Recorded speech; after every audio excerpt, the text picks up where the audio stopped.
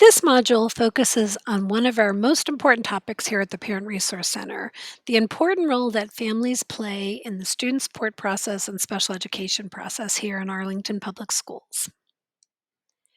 Families are critical members of their children's educational teams, and we know from both research and experience that family engagement is one of the key indicators of a student's success in school. Families are information sharers, teammates, and most importantly, decision makers in the special education process. Also, as we think about the role of families and use the word parents, I want to acknowledge that we recognize that there are many adults, sometimes in a child's life, who play that role of a parent or guardian. It can be a parent, it can also be an aunt or an uncle who fills that role, or a grandparent or a foster parent. So please know that throughout this session, if we use the word parent for simplicity, that we recognize each and all of you and value you in your role as a support to the child that you're advocating for. So, in order to be an effective team member and an advocate for your child, we encourage parents to think about being proactive and first to prepare proactively to engage. We actually suggest that parents think of themselves as their home based case manager. Your child hopefully is going to have a wonderful case carrier at school, but we also know that as children move from school to school, from pre K to elementary or middle to high school, or from fourth grade to fifth grade, that parents are often the constant member of the child's team as they make those transitions from grade to grade. So, we have a few tips to share with you. The first tip that would offer is to set up some kind of an organizational system. We know that special education and just school in general comes with lots of paperwork. We have report cards and progress notes and updates for kids, but when we introduce special education to the mix, we also have lots of evaluations, IEP progress and updates, etc. So think about a system that would work for you. Here at the PRC, we have lots of handy things. This is a sample of a really cool accordion binder that a parent who's way more organized than I am made and left with us to share with other families. So a system like that can work. A three-ring binder can work. It can be your iPad, it can be your laptop, it can be your cell phone, it can be a dresser drawer or a file cabinet at home or a shoebox. Find something that works because you are going to have a lot of paperwork to manage. And we think that having a system really can help families feel a little bit more comfortable and prepared and confident engaging with the other members of the team.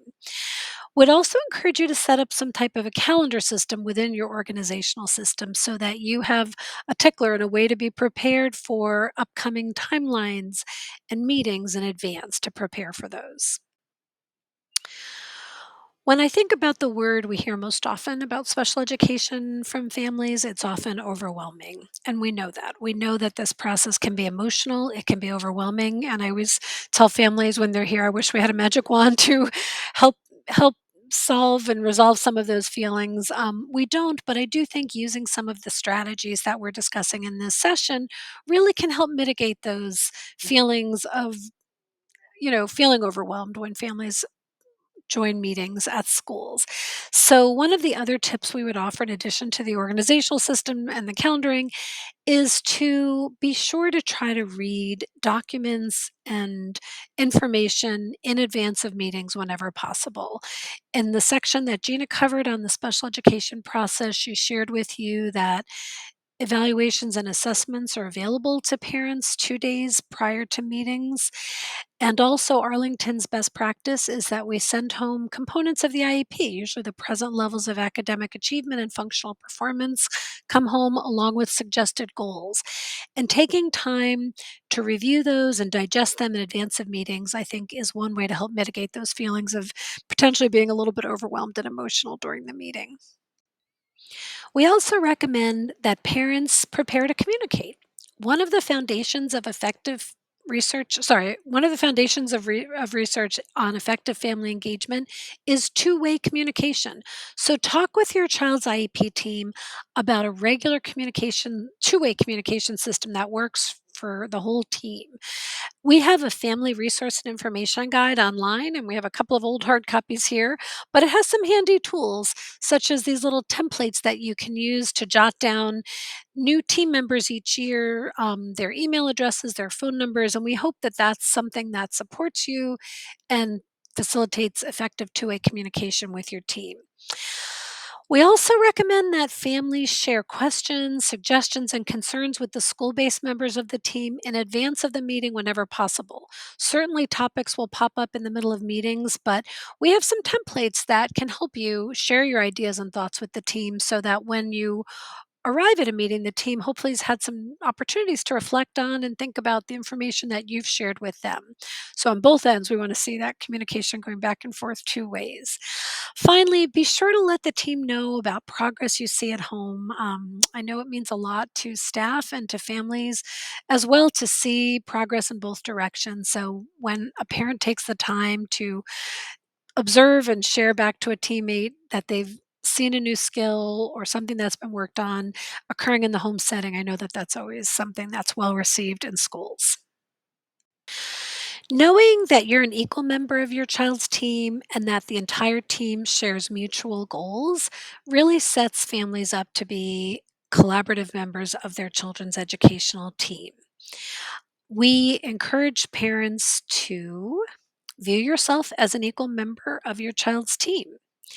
Acknowledge mutual goals, share your knowledge and input with your teammates, encourage input from all members of the team, engage in open and honest communication, and finally, celebrate accomplishments together.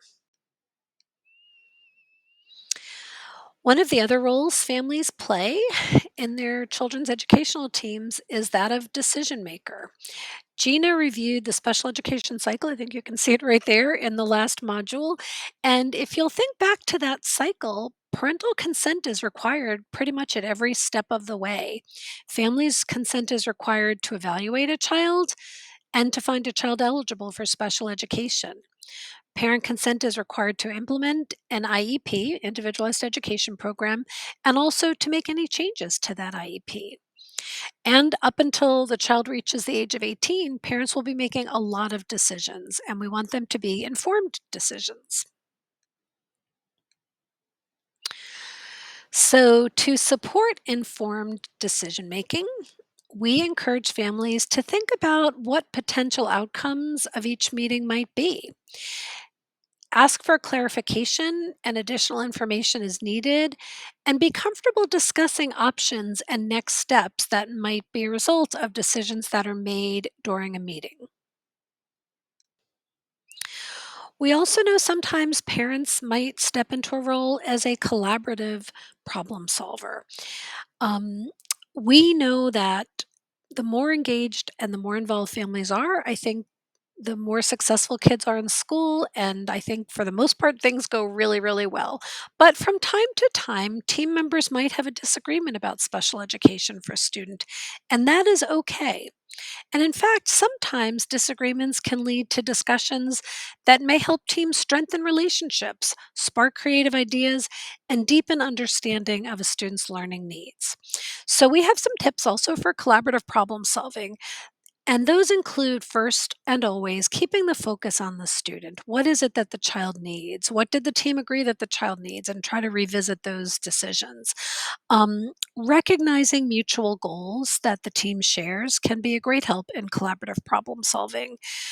Presuming positive intent, always a great idea. And finally, shifting disagreements into invitations.